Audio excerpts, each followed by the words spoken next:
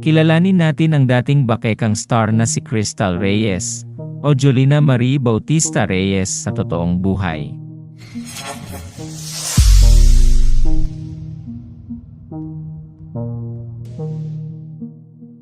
Unang nakilala si Cristal Reyes sa kanyang pagganap bilang Batang Cristal Maisog sa 2006 hit Kapuso series na Bakekang.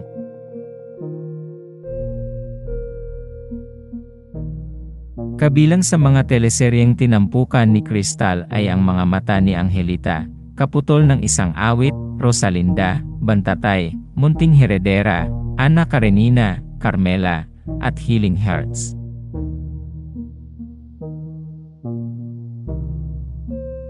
Ayon sa ulat ng GMA Entertainment, abala si Cristal sa pagbablog at pagbebenta ng mga gamit online.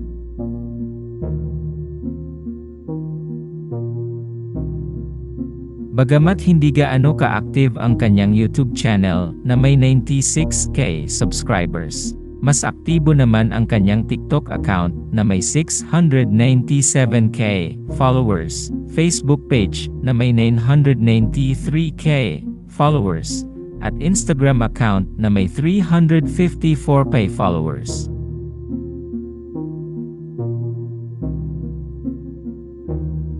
Sa kanyang Mukbang Plus Q&A vlog noong 2019, sinabi niya na wala raw siyang contact sa kahit anong network, at wala rin daw siyang contract under GMA 7 nang naging bahagi siya ng I Want movie na Apple of My Eye.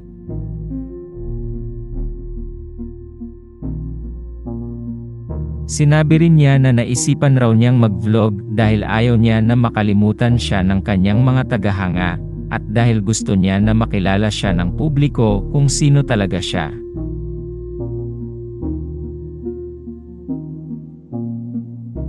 Samantala, ibinahagi ni Cristal nitong Lunes, ika-25 ng Marso, na siya'y engaged na sa kanyang non-showbiz partner na si Lawrence de la Cruz. Binati rin niya ng happy birthday ang partner nito.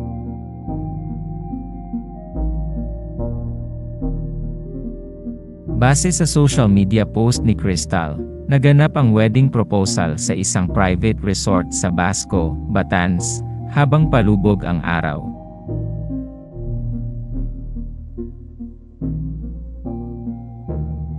Salamat sa panonood.